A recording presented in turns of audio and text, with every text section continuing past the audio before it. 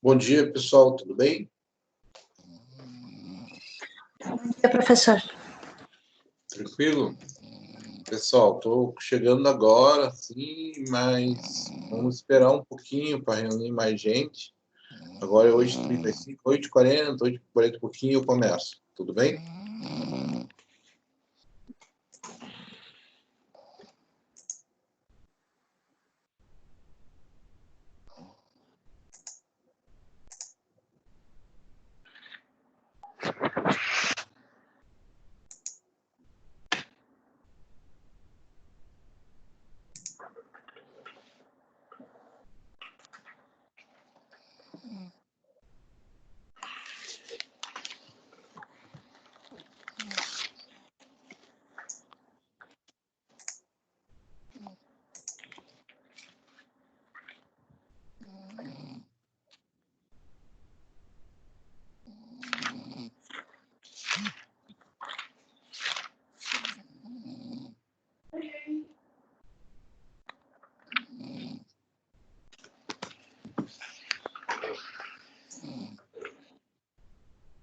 Quem que é o Darth Vader aí, que tá respirando desse jeito?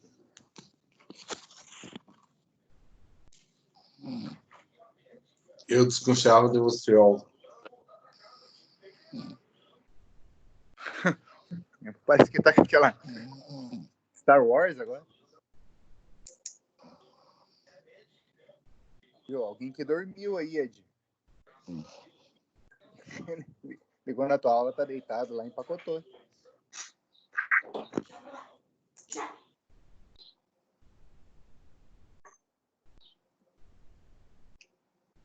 Acho que era André.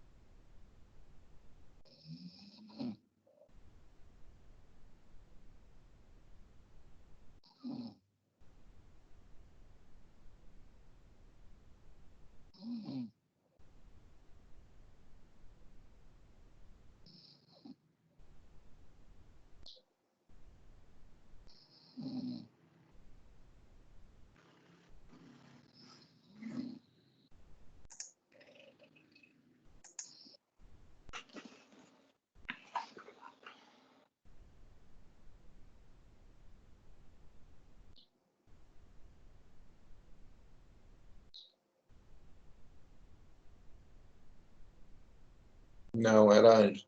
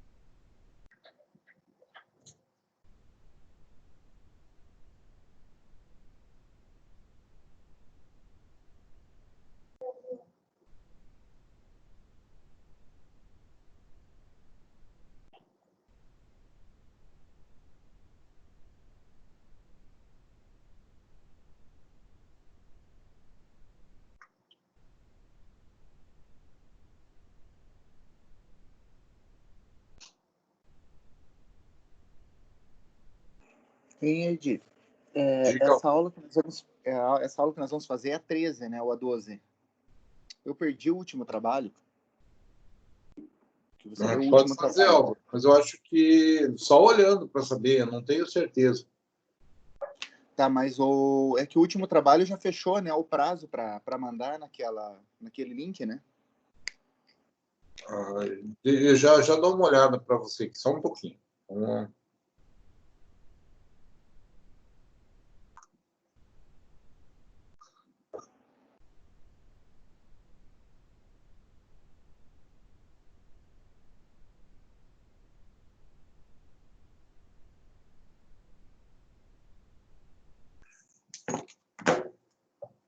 Tá, vamos lá.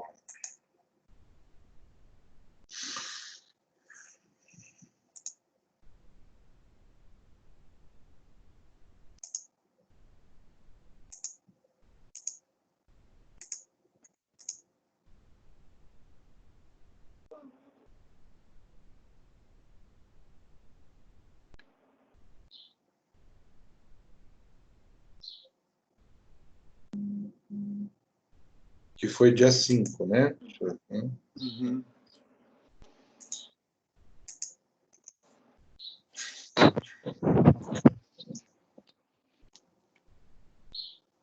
Na verdade, está aceitando resposta ainda. Não fechei o formulário. Você quer que eu te mande o link, Alva? Isso, faz favor. Que daí eu vou montar ele. Ah, nessa aí eu me perdi. Então, deixa eu ver se... Opa, não é isso. É que eu vou te falar, cara, com tanta aula, com tanto trabalho para mandar, porque aqui em casa tô com mais 3, né, em aula virtual e trabalho virtual e portal. É uma guerra o espaço aqui. Então. Aqui em casa, a Dani começou ontem no home office do Itaú, e daí tá um caos também. Um para um lado, outro para o outro, de neném correndo entre um e outro. Os filhos Nós fazendo aqui é a mesma trabalho. coisa, né? O meu É é bem... 3 ainda. Meu filho no Alfa é um negócio assim, o Alfa positivo é a carga dele de trabalho, é algo assim absurdo. A Luísa, os meus também estão no alfa. Eu odeio, que nem eu falei, né? Eu já fiz a 8ª série. Eu não quero fazer a 8ª série mais. Eu tô tendo que fazer a 8ª série. Eu tô fazendo a 3ª série. Ficar sentado Mandei com o link filho. no WhatsApp. A Luísa aqui até que se vira, mas aquela gincana que eles inventaram lá no alfa é uma puta de uma encheção de saco, né? Aquilo lá Deus do livre. Tá louco. E daí eu tô num grupo ali, os caras ficam mandando. Não, esses dias a aberração, você viu jogar sinuca com tênis? Pelo amor de Deus. Pessoal, bom, vamos começar. É 8h45, tá? 8h45, vai chegando gente ainda, mas eu consegui mudar uma configuraçãozinha aqui agora para o povo entrar e sair sem eu ter que ficar autorizando, então tá tranquilo. Como uma sala de aula normal. Pessoal, é o seguinte, a aula passada deu aquele problema na internet. Na verdade, não era a internet, eu tinha internet em casa, mas a luz estava caindo, assim, sabe? Então o computador não conseguia ficar ligado, nem a lâmpada não ficava. A luz estava. O problema não estava na energia, estava na luz. E levou um tempo para ficar normal a coisa, tá? Mas da manhã mesmo ficou, daí eu fiz o vídeo e postei lá. O que é importante, pessoal? O importante é que vocês realmente vejam aquele vídeo, talvez, assim, conversando com alguns, o vídeo às vezes é melhor, a aula é mais produtiva do que a aula, assim, online, onde eu estou comentando a apresentação. Tá? A única coisa é que quando a gente está aqui online, existe a possibilidade de vocês perguntarem, vocês realmente interferirem, e isso pode ajudar substancialmente na aula, tá? Então, isso dá diferença. Mas o que eu tenho que dizer para vocês, pessoal? Aquela matéria da aula passada é uma matéria assim, bastante importante. Tá? Vamos situar vocês aonde que a gente está com o conteúdo e a gente fazer uma revisão daquilo que foi falado na aula passada, porque a aula de hoje já é uma coisa bem mais tranquila, assim, vamos dizer, menos complexa do que foi tratado na aula passada. Então, nós falamos do processo civil. a gente está falando do começo do processo de conhecimento. Então, lá no começo, foi tratado em vários institutos isolados, até que o processo efetivamente começasse. Então, nós falamos de citação, falamos de intimação, falamos dos atos da parte, falamos de constituir advogado, então, várias coisas isoladas, assim, e até que quando chega na petição inicial, a gente fala do processo propriamente dito. Então, a gente falou petição inicial, seus requisitos, como é que faz, o que pode ser feito, qual é o trâmite do processo naturalmente. Daí a gente viu que o processo ele inicia, se é designado uma audiência em 90% dos casos, e daí tentada a conciliação, não aceita a conciliação, abre o prazo para apresentação da resposta do réu. Tudo tem exceção, tem casos que não tem conciliação, tem casos que... Tudo isso nós já tratamos. Mas abre o prazo de resposta do réu, o réu tem 15 dias para oferecer resposta. Resposta hoje, toda concentrada dentro da contestação. Também falamos exaustivamente sobre todas as possibilidades de contestação. E é desse momento que a gente estava até antes da aula passada. Então, o sujeito apresentou contestação, qual é o passo que o processo tem dali para frente. Daí a gente chega numa fase que a gente chama de fase ordinatória, tá? Ou fase de saneamento do processo. Tá? Nesse momento, pessoal, nessa fase do processo, após a apresentação da contestação, por que a gente chama de ordinatória? É a fase de ordenar as coisas, fase de saneamento, fase de tirar as impurezas do processo, de corrigir tudo que eu puder no processo, eu tenho que fazer nessa fase. Então, a primeira coisa que acontece logo que a contestação é apresentada é as providências preliminares. Providências preliminares, se vocês forem olhar na doutrina, pessoal, ela serve para manter o processo sob o império do princípio do contraditório. Então, olhei para essa situação, eu vejo se tem alegação de fato novo, se tem alegação de fato impeditivo, modificativo, extintivo do direito, se tem documento juntado, tá? E se tem alegação de defesa processual. Nestas situações, o que eu faço? Eu tenho que ter réplica no processo. Então, eu chamo o autor para falar sobre isso novamente. Se nessa réplica houver alegação destes mesmos tipos de fatos, mesmos tipos de argumentações, é o caso de ouvir o réu novamente. Tá? Então, primeira coisa, providências preliminares, verificar se é o caso de réplica ou não. Não é o caso de réplica, daí eu tenho que ver se existe uma defesa processual, se existe mais alguém sendo nomeado no processo, sendo chamado, eu tenho que chamar essa pessoa para integrar o processo. Então, feita essa situação, beleza, providências preliminares. Tá? Daí, a gente chega no que nós vamos chamar de julgamento conforme estado do processo.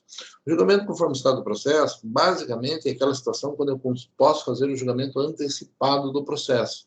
Porque eu não preciso seguir com o processo adiante, eu não preciso colher provas naquele tipo de argumentação que está dentro do processo. Os fatos controvertidos não precisam disso. Tá? Então, a gente tem aí, após providências preliminares, julgamento conforme estado do processo. Antes do Código de 2015, quando a gente falava em julgamento conforme estado do processo, existiam 3 possibilidades. Ou eu extinguia o processo, ou eu julgava o processo antecipadamente, ou eu determinava a instrução processual. Tá? Então, essas 3 coisas poderiam acontecer. Hoje, as 3 coisas podem acontecer, mas ainda existe a possibilidade de o juiz fazer parcial o julgamento do mérito. Então, quando o juiz olhar, não, esse aqui já não tem mais o que falar, só uma questão de direito, ele já pode decidir ali. Então, hoje ele pode julgar um pedaço, extinguir um pedaço, instruir o outro. Tá? Então, ele pode fazer as mesmas 3 coisas, tá? Só que ainda existe a possibilidade de julgamento do mérito por meio de decisão interlocutória. Antigamente, não. Antigamente, ele tinha que esperar a sentença para julgar o mérito. Não existia como, ou ele só poderia proferir o julgamento nesta fase se o processo inteiro comportasse. Senão, ele deixava isso e decidia só lá na sentença quando tudo acabasse. Então, isso nós chamamos de julgamento conforme estado do processo. É a questão de julgar antecipado o processo. A segunda coisa que acontece nessa fase do processo, às vezes a gente fala assim, a terceira coisa, né? Então, a primeira coisa foi as providências preliminares. Segundo, se for o caso, julgamento conforme estado do processo. Terceiro, o saneamento do processo, o despacho saneador do processo. O despacho saneador do processo, ele está ligado à instrução processual. Então, quando sai o despacho saneador, o que o juiz faz? O juiz tem que resolver todas as questões processuais pendentes e raríssimas exceções, isso segue para a sentença final. Nós vamos dizer que a questão processual vai ser julgada por sentença quando ela se confunde com o mérito da causa. Isso é comum, por exemplo, numa alegação de legitimidade de parte. Às vezes eu digo, não sou eu responsável, é outra pessoa. E essa argumentação, ela não fica apenas na esfera processual, às vezes isso se confunde com o mérito do processo. Então, nessa situação, eu posso jogar essa questão processual lá para a sentença final. Mas, via de regra, as questões processuais têm que acabar aqui, no saneamento do processo, no despacho saneador. O despacho saneador está ligado com a ideia da instrução processual, tá? E o que o juiz deve fazer? Ele deve dizer quais são os pontos controvertidos, deve resolver todas as questões processuais pendentes, primeiro, resolve tudo. Segundo, diz quais são os pontos controvertidos, ou ele confronta inicial e contestação, vê quais são os argumentos, aonde que a história não bate, tá? E daí ele vai dizer, olha, isso aqui tem que ser provado, porque existe uma dúvida entre as suas argumentações, isso aqui tem que ser provado. Então, existe aquela controvérsia de fato. Então, julga questões processuais pendentes, fixa os pontos controvertidos, e uma vez fixados os pontos controvertidos, ele diz quais os meios de provas ele defere, tá? Então, isso é o despacho saneador. Teoricamente, é isso que nós falamos na aula passada, com bastante detalhes, pessoal, com muita coisa. Isso é uma fase assim, importante do processo, e, de certa forma, posso dizer para vocês, uma fase assim, um pouquinho mais complexa, né? Então, é uma coisa assim, um pouquinho mais trabalhada, mais difícil do que o que nós vamos falar daqui para frente. Daqui para frente, nós falamos de prova, que é algo bastante simples, tá? E falamos de sentença, que é algo assim, praticamente você já tem todos os conceitos trabalhados com vocês, tá? Então, assim, coisas daqui para frente bem elementares. Dá para dizer, a matéria, praticamente, a complexidade dela acabou na aula passada. Mas eu preciso que esteja ciente, claro, na cabeça de vocês, o que acontece com um processo após a apresentação da contestação. É a fase ordinatória. Como é que faz isso? Primeiro, né, eu vou fazer as providências preliminares, que consistem em verificar se tem que intimar alguma outra pessoa, se tem que ouvir alguém para fechar o contraditório. Então, eu faço isso. Fechadas as providências preliminares, julgamento conforme o estado do processo. Se o processo comporta, eu prefiro sentença naquele momento, tá? Vai ser a citação onde eu não preciso produção de prova. Passei do julgamento conforme o estado do processo, eu venho para o despacho saneador. No despacho saneador, eu tenho obrigatoriamente que resolver as questões processuais pendentes, salvo raríssimas exceções, que nós já acabamos de falar. O juiz fixa os pontos controvertidos e defere os meios de prova. Tranquilo? Isso são providências preliminares, isso é saneamento. Encerrada a fase de ordinatória, encerrada essa fase de saneamento, a gente entra, o que nós vamos falar hoje, na fase instrutória, ok? Então, o processo tem fases claras, fase postulatória, fase de ordinatória de saneamento, fase de instrução, fase decisória e fase recursal. Nós vamos até a fase decisória, que consiste em um ato do magistrado, que é a aprovação da sentença. Tranquilo? Tudo bom? Diga,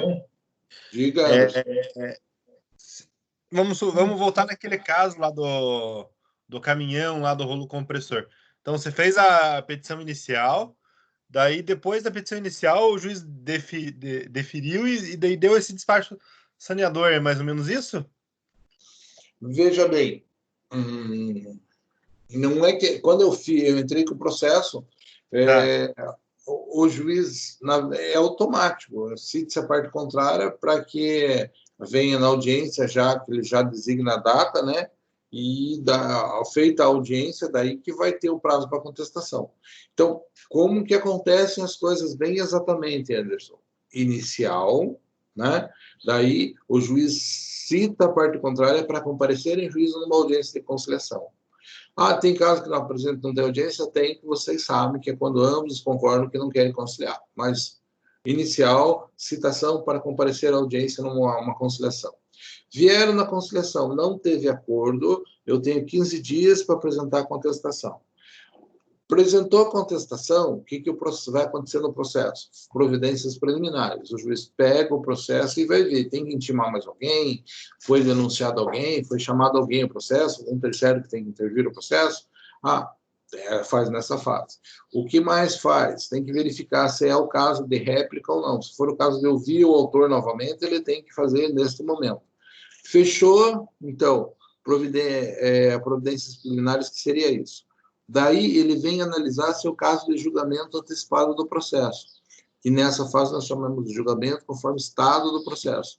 Se não precisar produzir prova, se tem a revelia e a revelia produz os seus efeitos, se é uma questão exclusivamente de direito, se eu estou brigando, por exemplo, uma questão tributária, onde eu apenas uso questões de direito e não de fato, não tem por que passar para a fase instrutória. Tá? O juiz dá a sentença aí. Então, inicial, contestação, inicial, conciliação, contestação, providências preliminares.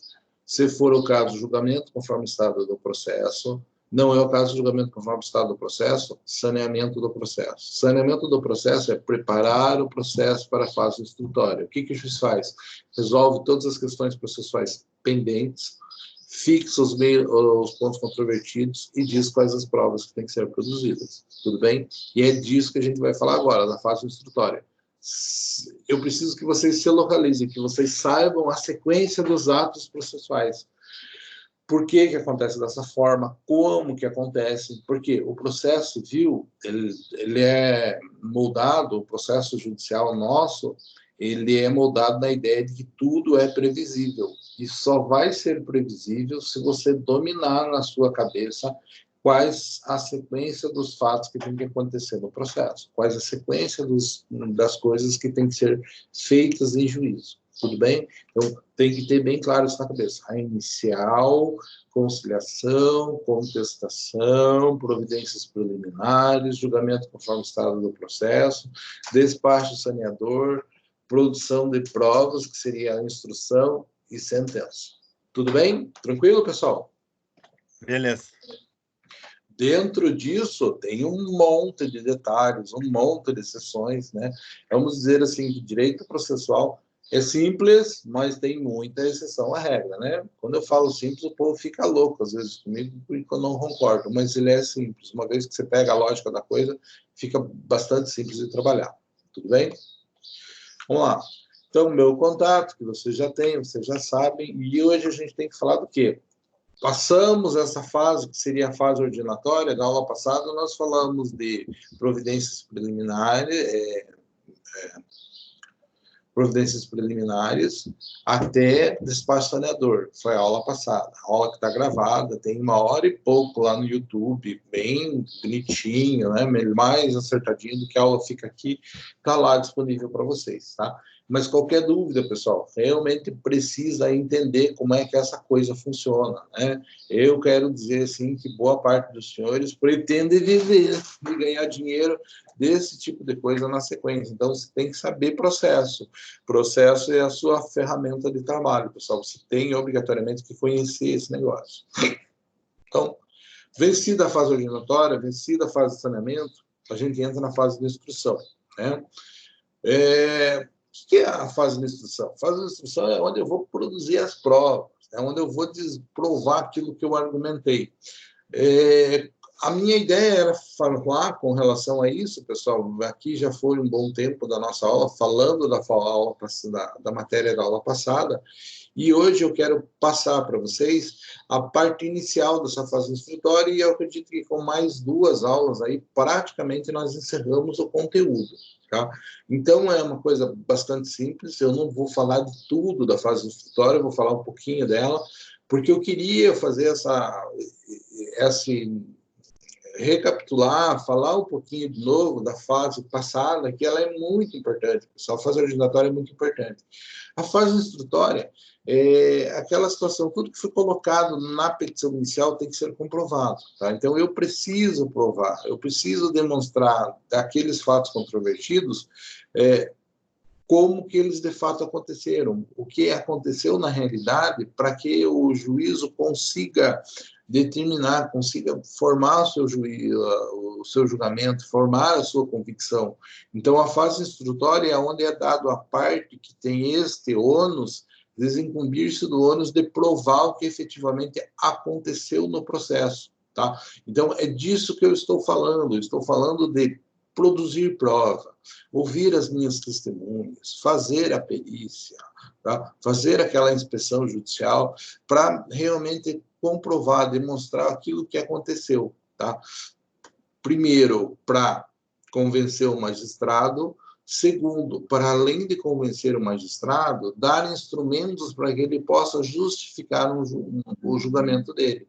Tá? De nada adianta eu convencer o magistrado se ele não conseguir juntar do processo elementos para justificar o porquê que ele está julgando de uma forma ou de outra forma. Tá? Então, é uma coisa assim bem objetiva. A fase instrutória é a fase onde eu produzo provas.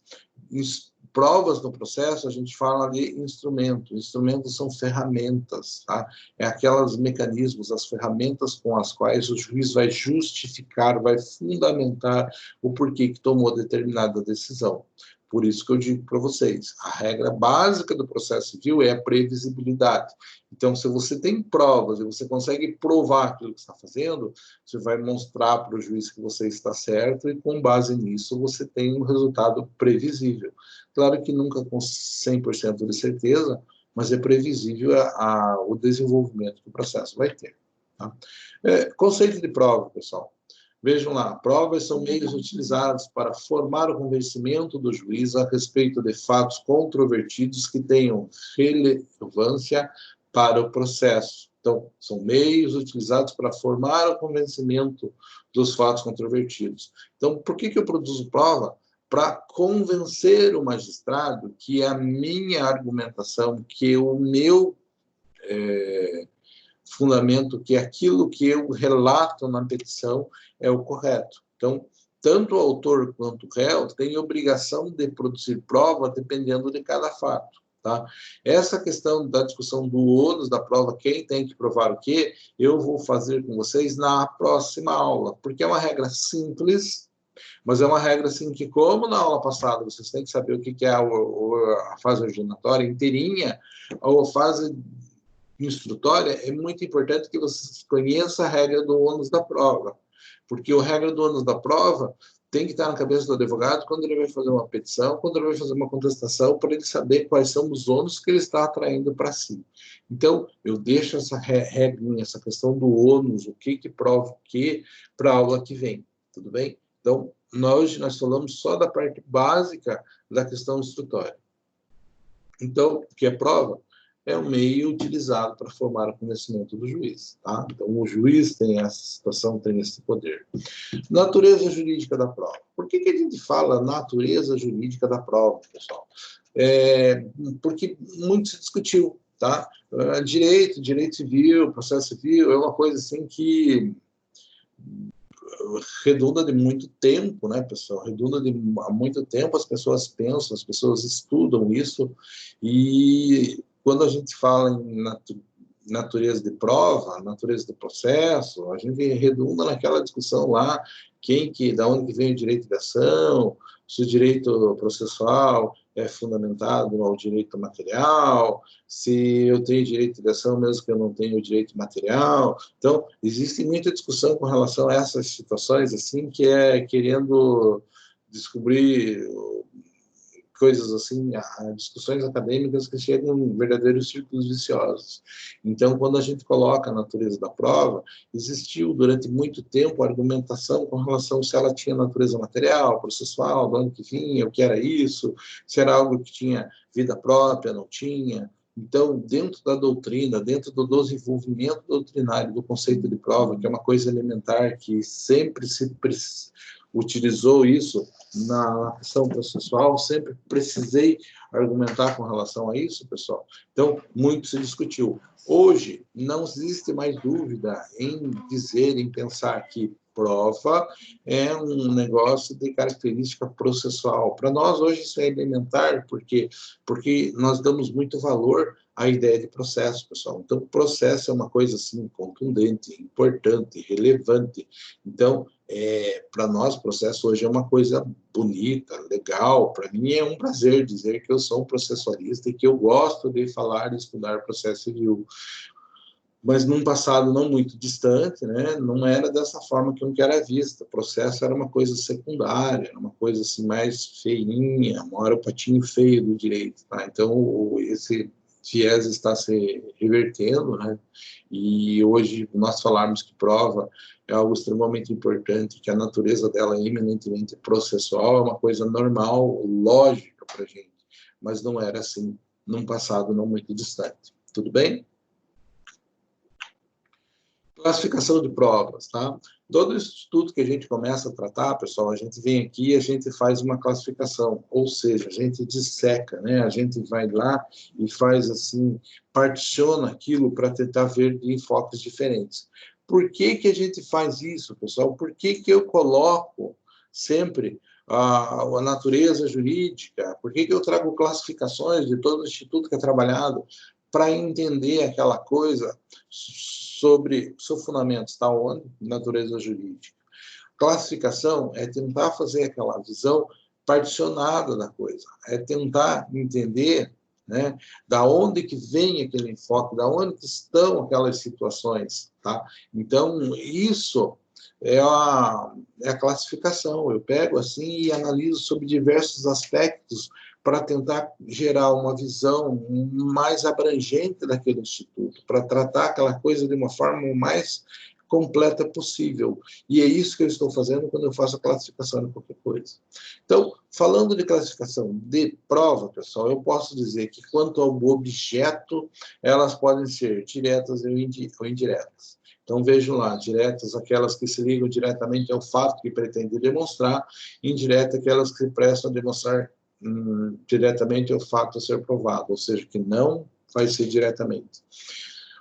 Por exemplo, pessoal, eu quero provar um acidente de trânsito, eu junto a gravação do semáforo eletrônico que tinha. O que eu estou provando por meio disso? Eu estou provando algo que é direto ao fato. Tem um radarzinho no sinaleiro, né? E aquele radar estava filmando o negócio. Quando acontece aquela colisão, né? O sinistro acontece naquele cruzamento, ficou tudo gravado por aquele radar de sinaleirinho. Imagina um exemplo, né? Digamos que isso acontecesse. Se eu vou utilizar esta gravação, o que eu estou tratando? Eu estou fazendo uma prova direta com relação aos fatos. Tá? O que seria uma prova indireta? É uma prova que vai justificar alguma coisa que não tem muito a ver com os fatos, mas é útil para a discussão. Então, imagine aquela causa da novela, né, pessoal? Quem matou Odete Roitman, né? E daí você vai juntando vários elementos. Eu acho que é fulano. Daí fulano vai lá e traz uma prova dizendo assim, não sou eu, porque nesse horário eu estava lá na faculdade assistindo aula do Edi, ele fez chamada e aqui está a prova que ele me deu presença. Isso tem a ver com o fato de ele ter matado a vilã da novela? Não, isso tem a ver com o fato de que ele não poderia estar lá no momento. Então, aquilo é uma prova do álibi dele, da justificativa. Isso é uma prova que não tem nada a ver com os fatos narrados no processo, mas que serve para demonstrar que ele não pode ser responsabilizado. Então, a gente vai ter argumento que vai ser diretamente ligado aos fatos controvertidos e a gente vai ter argumento que não tem nada a ver com os fatos controvertidos, mas que serve para justificar outras coisas, como é o caso do álibi, a justificativa por o fato do sujeito não poder ter cometido aquele ilícito. Ok? Então, isso são provas diretas e indiretas. Tanto faz o que eu vou usar. O que eu devo fazer é justificar para o magistrado por que eu devo fazer, por que eu tenho interesse naquele meio de prova.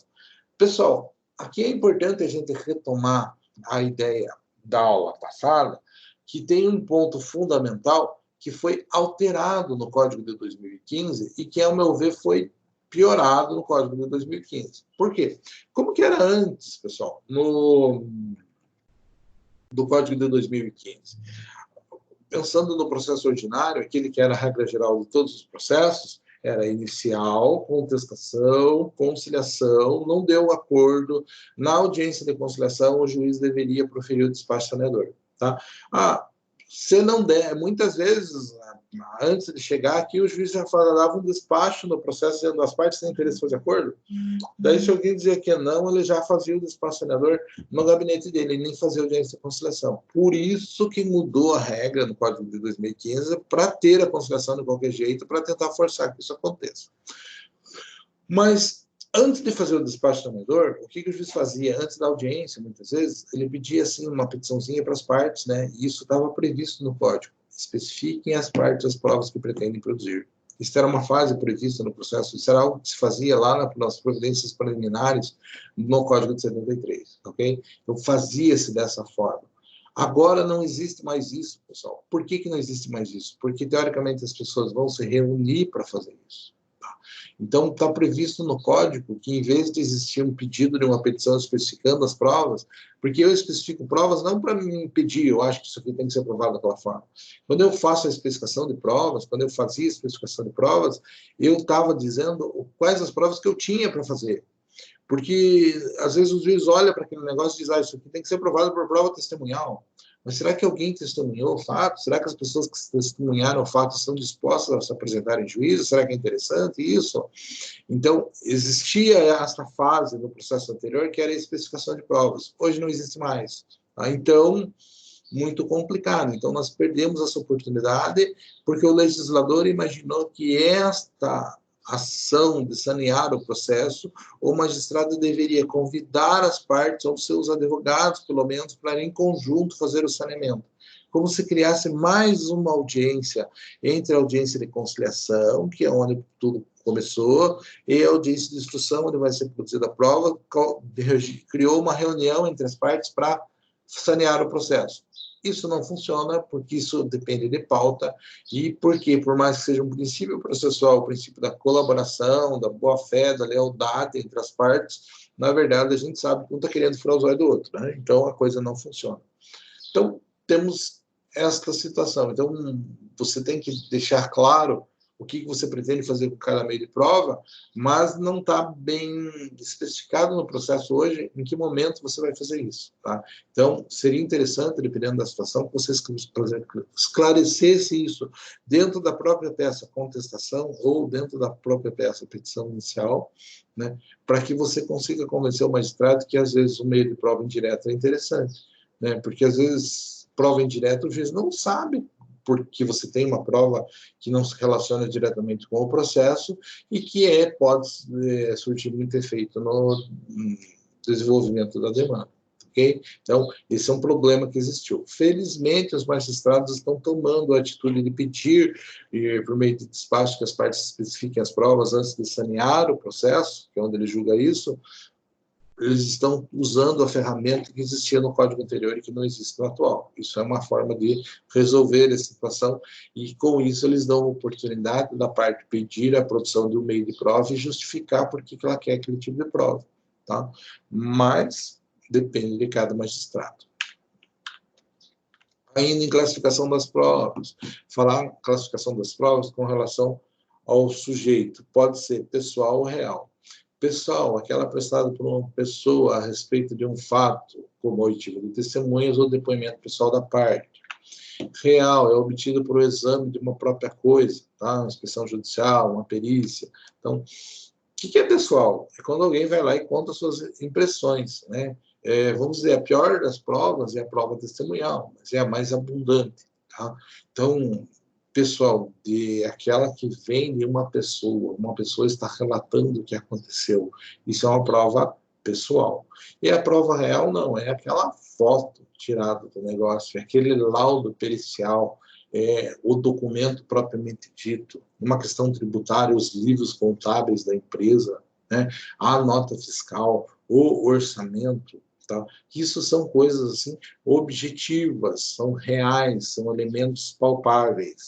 E pessoal é quando vem de uma pessoa relatando o que ela presenciou, relatando o que ela conheceu, né? Relatando aquilo que os sentidos fizeram com que aquela pessoa que está depondo tomasse conhecimento sobre os fatos. Tudo bem? Então, pessoal, o real.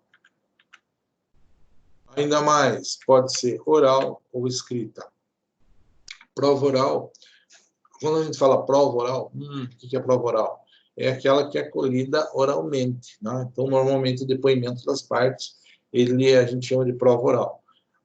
Na maioria dos casos, tá? Hoje não é maioria mais, né? Mas a prova oral era escrita, ela era transformada em prova escrita.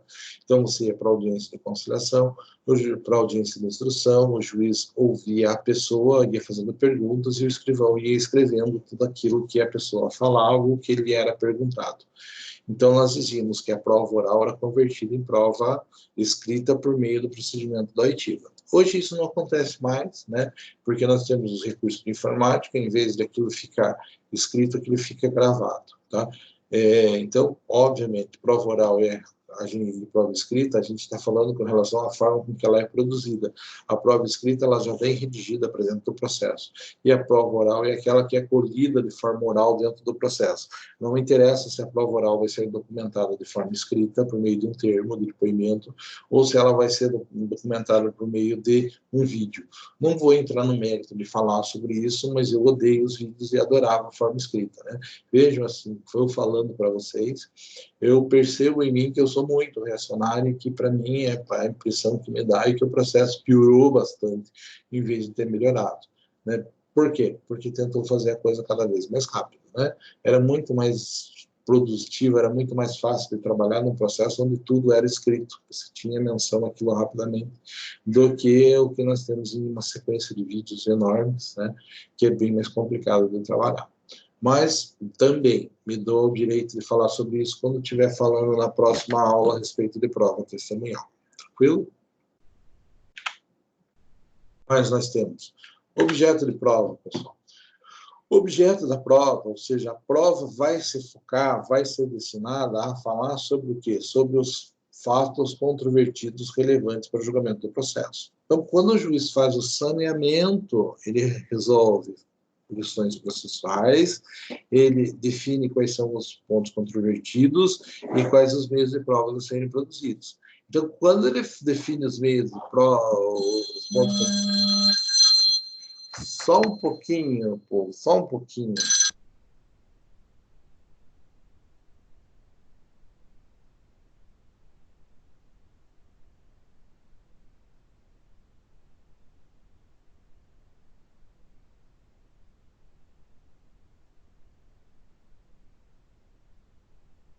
Sabe aquela história do home office? Às vezes as outras pessoas da casa não conseguem trabalhar que nem a gente, daí a gente tem que dizer assim, agora eu não posso, azar o teu. Tá? Voltando lá, objeto da prova, né, são os fatos controvertidos. Veja, quando o despacho saneador, pessoal, quando o juiz ele resolve questões processuais, fixa pontos controvertidos e defere meio de prova. É muito importante isso no processo, porque ele resolve, ele diz como que a coisa vai se desenvolver dali para frente. E muitos advogados passam desapercebidos por isso. Vamos pegar um exemplo aqui do que acontece, por exemplo, no processo do trabalho. O processo do trabalho tem todas essas fases, só que isso acontece muito rapidamente. Tá? É comum ter uma audiência una, por exemplo, na Justiça do Trabalho, onde você tem um primeiro contato, que você vai tentar fazer acordo, aquele acordo não existe, não sai, daí a parte já tem que apresentar contestação, e nesse caso a contestação já tinha que estar juntada por meio do processo lá, e daí naquele momento o juiz olha para a contestação, olha para a inicial na frente das partes, e daí ele já faz o saneador, não sei se vocês já viram, o juiz do trabalho faz isso em audiência, muito, e ele diz assim, pontos controvertidos é a realização de tal coisa, é hora extra, é isso. E daí ele fixa 2 elementos com pontos controvertidos e o advogado não presta atenção no momento que o juiz faz isso. Daí, vendo-se essa situação, vão produzir as provas. Daí ele vai lá e pergunta o negócio, o juiz indefere ou pergunta, porque isso não é ponto controvertido. Então, é muito importante acompanhar o que o magistrado fixou como ponto controvertido no processo, porque coisas fora do que está no ponto controvertido não podem ser objeto de prova, porque não é controvertido no processo, não existe dúvida sobre aquilo no processo. Então, tem que tomar muito cuidado com isso, pessoal. Tá? Lá no despacho sonhador, verificaram que foi ponto controvertido, porque somente o que foi efetivamente ponto controvertido no processo pode vir a ser transformado a meio de prova. Tudo bem? Então, meio de prova não, objeto de prova. Então, o que é objeto de prova? Sobre o que a prova vai mencionar? Sobre o que ela vai falar? A prova vai falar sobre os pontos aonde divergem, onde a história não é uniforme entre as partes. Um diz que naquele dia estava de um jeito, ou o outro diz que estava de outra forma. Um diz que estava em excesso de velocidade, outro diz que não. Um diz que usava EPI, o outro diz que não. Então, a história é diferente, são os pontos controvertidos. Se você tem, na sua visão, algum ponto controvertido que você acha que não está contemplado no processo, pessoal, esse ponto controvertido tem que ter sido mencionado de alguma forma, no despacho sonhador. Tudo bem? Então, o que é objeto de prova?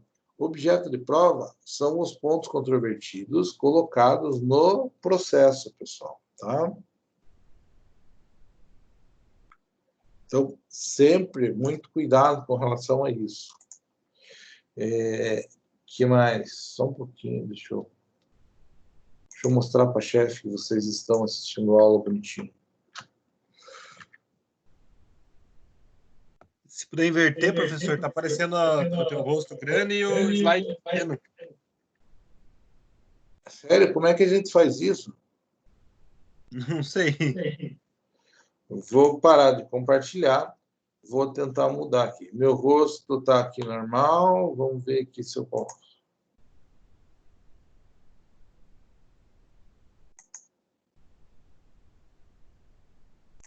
Mudou, não? Agora deu. Deu? Uhum. Mesma coisa que a gente tinha feito. Não sei o que faz. Mas vão dando dica aí, pessoal, para melhorar. Tá? Então, objeto nós falamos. Outra coisa. Quem é o destinatário da prova, pessoal? O objeto é o fato controvertido, aquele que eu pretendo provar, e, obviamente, que o destinatário é o juízo. Né? Por quê? Porque é o juízo que tem que ser convencido.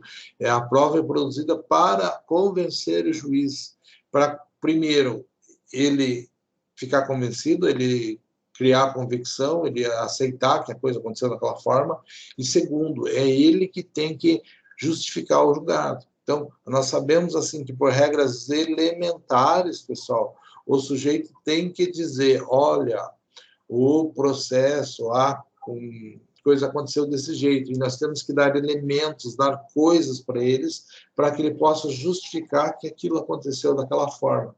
Então, todos os julgados têm, constitucionalmente, a obrigação de serem fundamentados. E quando você está fazendo o meio de prova, você está fazendo a prova, primeiro, para convencer o juiz de que você tem razão, e segundo, para dar elemento para que o juiz consiga justificar, né, fundamentar a decisão que vai tomar.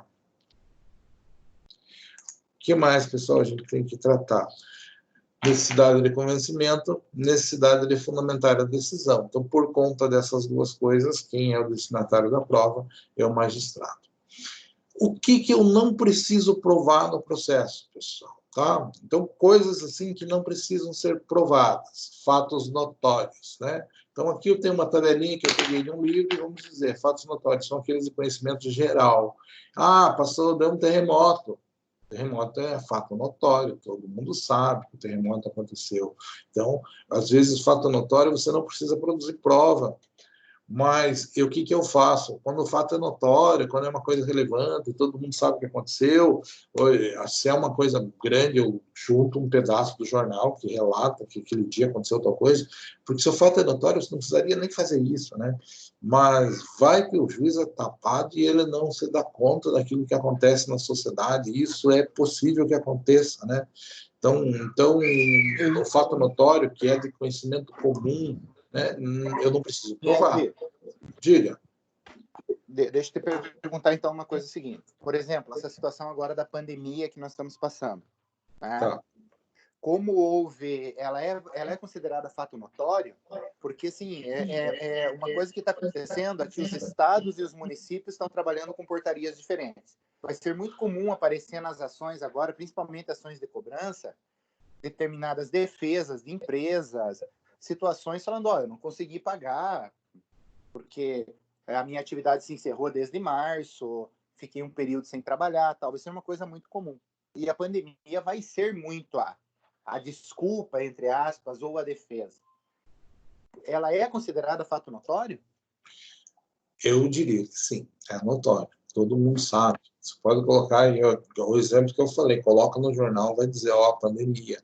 Além do mais, o Estado está decretando estado de calamidade, né? Então, a pandemia é um fato notório. Não tem como dizer que não. E existem vários processos já discutindo a questão da pandemia. Em Ponta Grossa, não sei se vocês sabem, né? Já existe liminar, que eu não sei, o shopping já está funcionando, né, pessoal? Não tenho certeza se está ou não exatamente. Mas ele ficou um bom tempo fechado, tá? Dentro desse período que ele ficou fechado, pessoal, teve gente que entrou com ação, né, vamos dizer assim, em off, né, Joalheria Gravina, entrou com uma ação para não pagar toda aquela manutenção do shopping, porque o shopping estava fechado e ela não estava oferecendo rendimento, e que não era justo ela pagar por uma estrutura que não estava em funcionamento. Tá? Então, houve isso, houve o deferimento liminar para que a loja não precisasse pagar isso. Tá? Eu sei que essa foi a primeira, com certeza existem mais, né? E com certeza não foi o advogado daqui que teve essa ideia. Então, foi isso aí, deve ter acontecido no Brasil, nos shoppings, assim, de uma forma geral. E existem lugares onde ainda está tudo fechado e aí lugares que eu acredito que ainda vão ser fechados, porque tudo indica que a coisa vai piorar ainda antes de começar a melhorar. Tá? Então, é fato notório?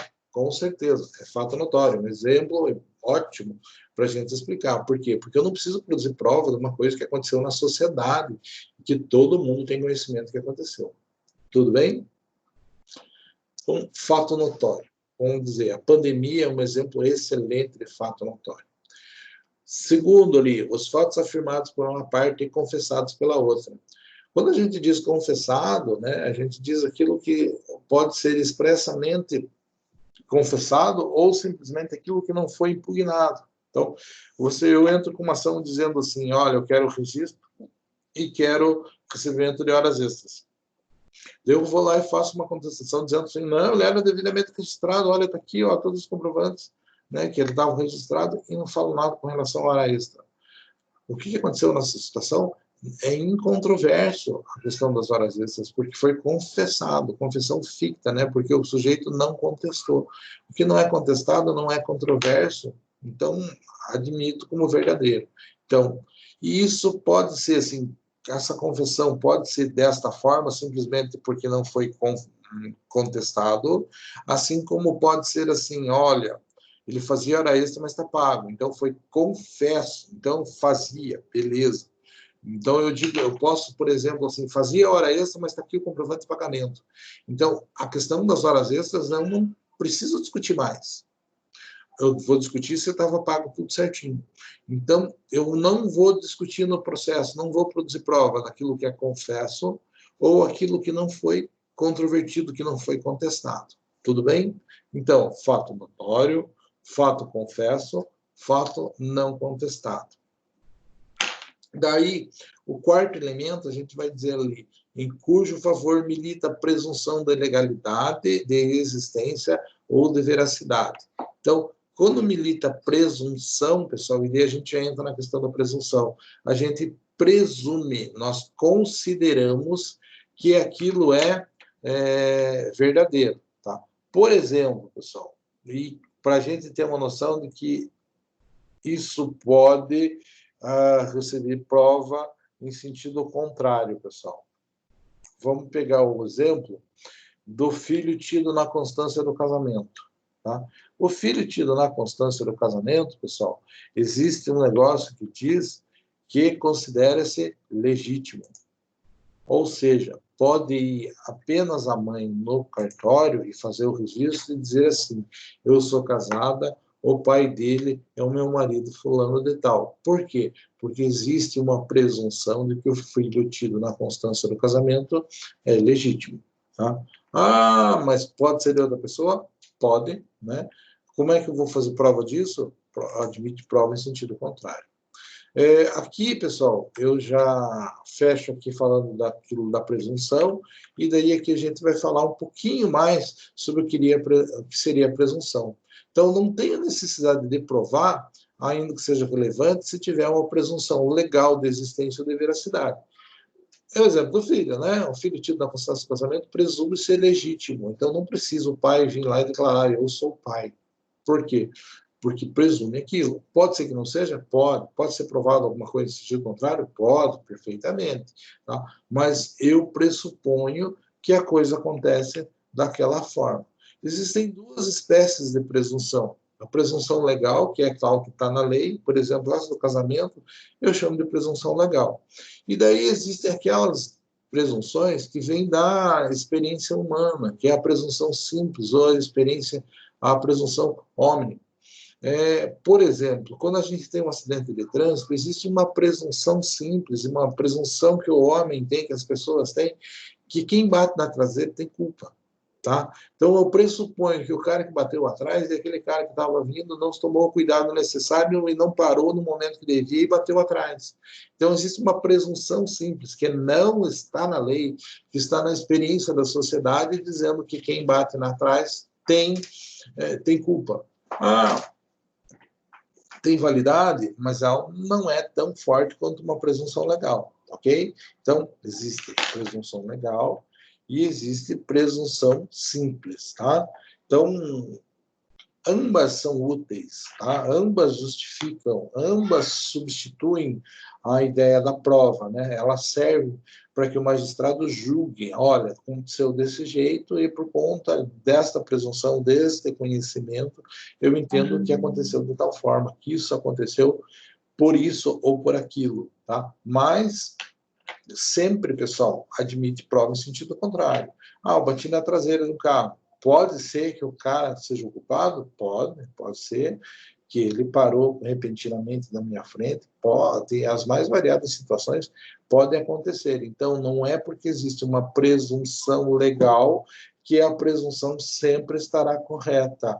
A questão do filho no casamento é um exemplo típico, simples, não é porque a pessoa está casada que a gente tem certeza absoluta de que é o pai vai ser o marido, né? Na verdade, ninguém nunca tem certeza com relação a isso. Tranquilo? Indícios, pessoal. O que são indícios, né? Indícios são coisas menores, tá? Então, quando eu faço a presunção, eu digo que presunção substitui a prova. Por quê? Porque existe um conhecimento firmado com relação àquilo. Tá? Tem aqui presunção absoluta não admite sem prova em sentido contrário, e presunção relativa admite, tá? Então, muito importante ter essa situação. Agora, quando eu falo indícios é um pouco diferente, pessoal. Indício é apenas é uma pista, tá? É um começo de prova, né?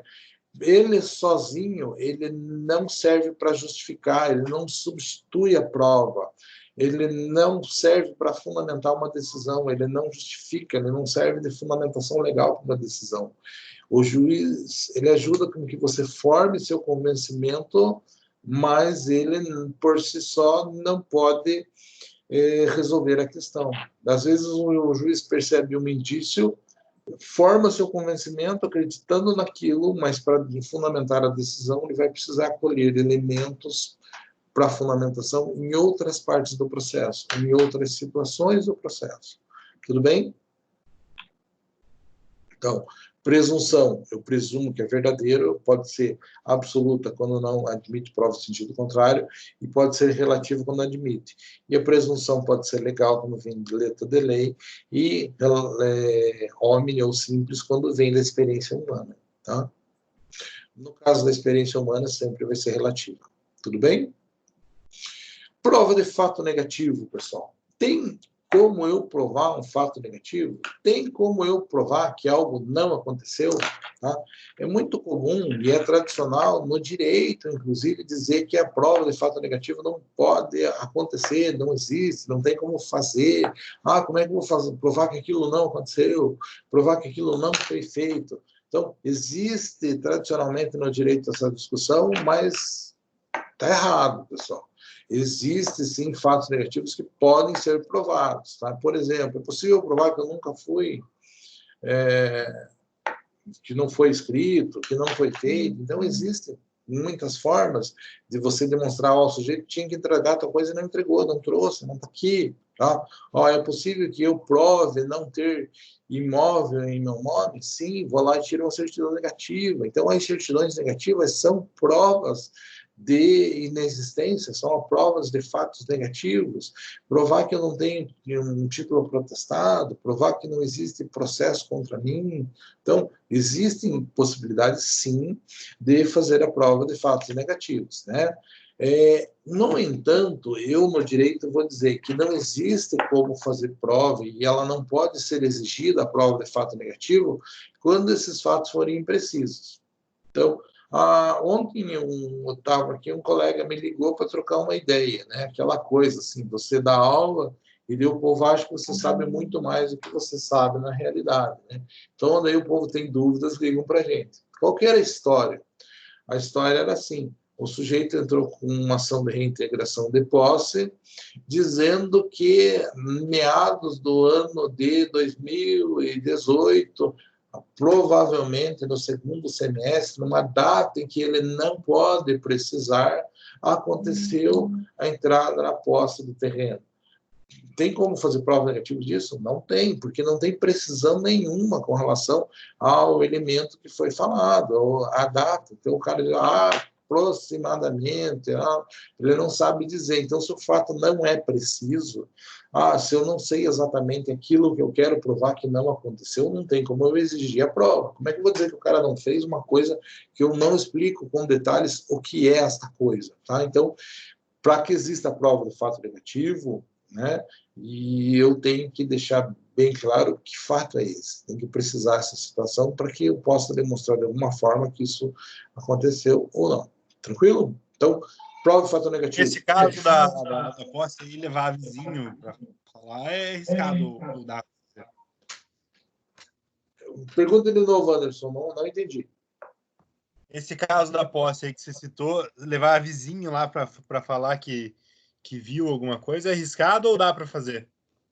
Veja, normalmente o povo faz isso. A ação de uso capião, que você vai provar a posse, normalmente você leva testemunhas para fazer isso. Tá? Mas no uso capião, por exemplo, só prova com testemunha? Não. Nesse caso lá, mas nesse caso tinha o quê? Tinha um projeto numa casinha que foi feito, o cara contratou um engenheiro, o engenheiro fez o projeto, assinado, não sei quanto tempo. Daí tem a conta de água, a conta de luz que foi instalada, pedido dele, que estava lá no imóvel, tal. Também é uma prova, eu que estou pagando, tal. Então, veja, a conta de água, a conta de luz não é uma prova direta, é uma prova indireta, mas se foi ligado lá a pedido dele, é provavelmente que ele que estava usando.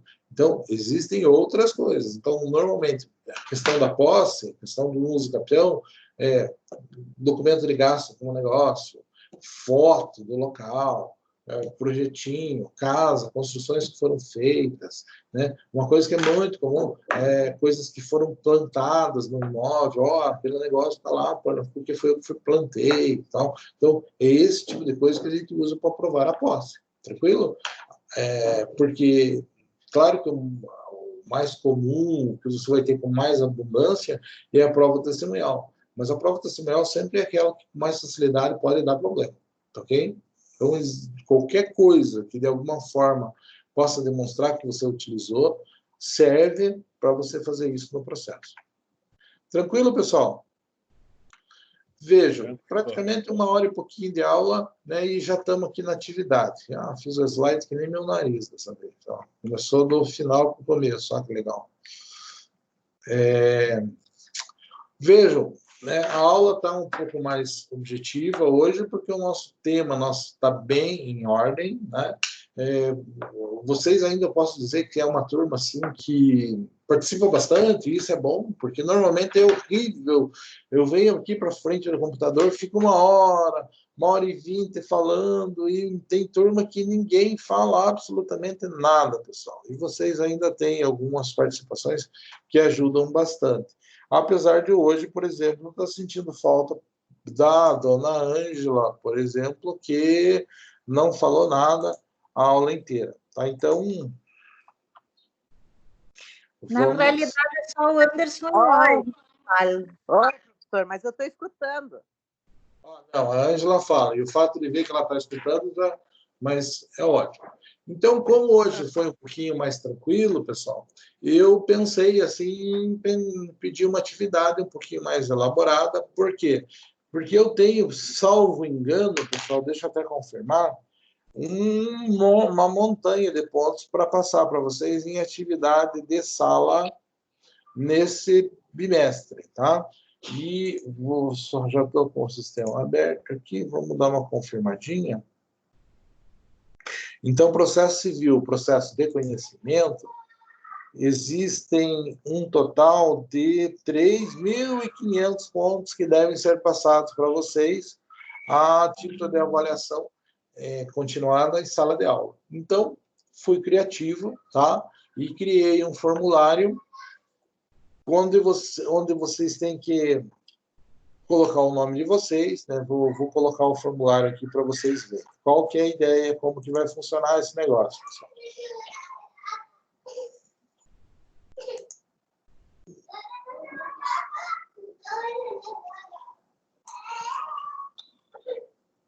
Bom.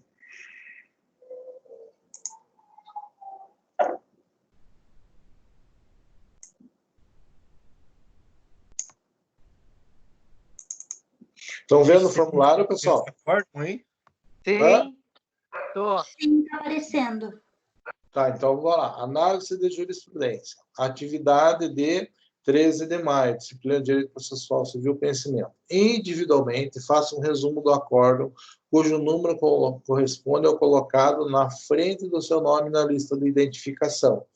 Poste o mesmo aqui e elabore uma apresentação explicando. Grave, poste no YouTube e deixe o link do vídeo no campo especificado abaixo. Tranquilo? Tem 2 semanas para fazer isso. Veja aqui. Como que eu vou saber? Digamos o Álvaro. O Álvaro, número 3. Vejam aqui que chega no 10, começa de novo. Então, o Álvaro número 3, ele vem aqui, acórdão 3. Abre o acórdão, faz o resumo do acórdão. Resumo pode ser digitado, pode ser manuscrito, pode ser do jeito que for. Faz o resuminho, tira a foto, se for arquivo, do Word, PDF, seja o que for, posta aqui. Não interessa o formato. E daí, pega o celularzão lá e explica o acórdão. Tá? Pode levar 5 minutos, 10 minutos, seja lá o que for. Posta no YouTube e coloca o link aqui. Beleza, moçada? Em tempos de corona... Oral, então? Hã? Então é fazer um resumo, escrito e oral. Isso? Escrito e oral. Tá? Como a gente... resumo escrito, depois uma explicação oral. Um resumo do Exatamente. Exatamente. Pessoal, isso aqui vale 1.000... Hã? Eu não sei lidar muito nessas coisas aqui, professor. Mas só fazer um vídeo. Hã? Só fazer um vídeo. Faz um videozinho assim. Moçada, o Anderson te ajuda, Ângela, ele manja muito. O Ângelo conhece bem a Ângela. Pede para ele tem o Anderson. Moral de fazer isso aí. O pai? O pai manja tudo. Fale com ele que eu te garanto que ele te ajuda. O cara, ele disse que está com 11 mil no... Qualquer pagamento aí, né? Não é, Ângela.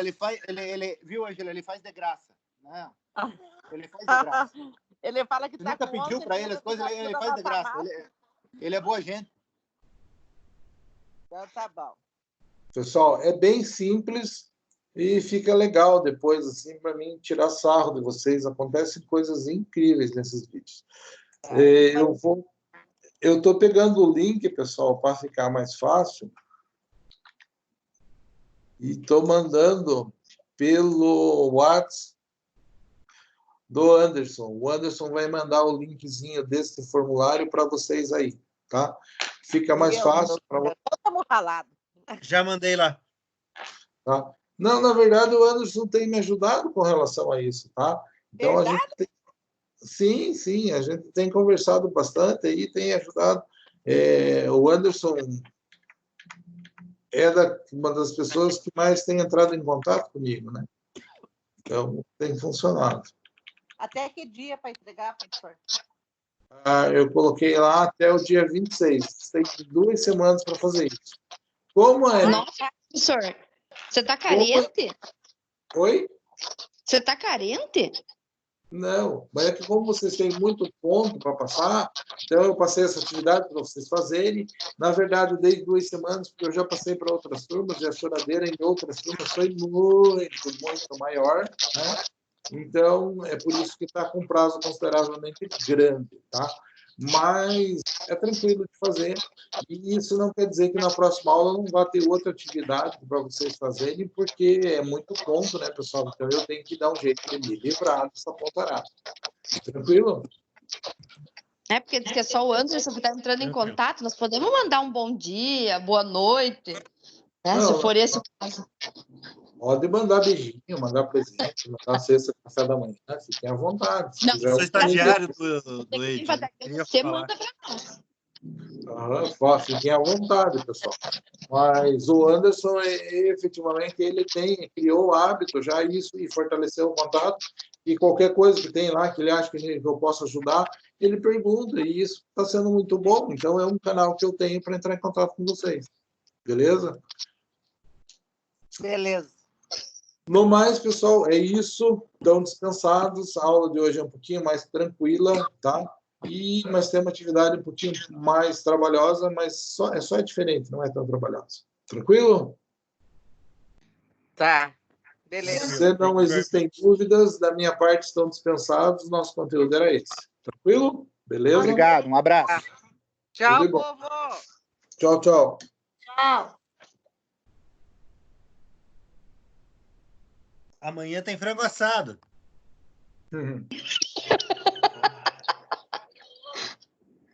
Você vai na praça desfiar o frango, Anderson?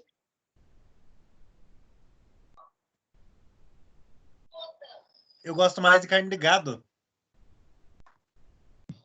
Se for posta, dá pra desfiar também.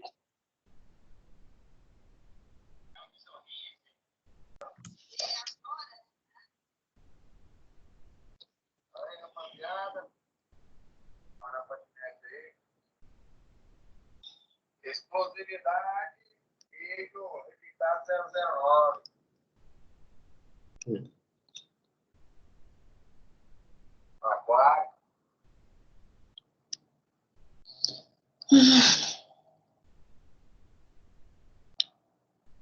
Ai, cara. Hã? Acho que de tarde eu vou trazer meu computador embora. Por quê? Pra organizar meus negócios. Onde tá? Tá lá no escritório. Não, de lá, né? Ah, o dela. Eu preciso terminar um relatório das minhas ações.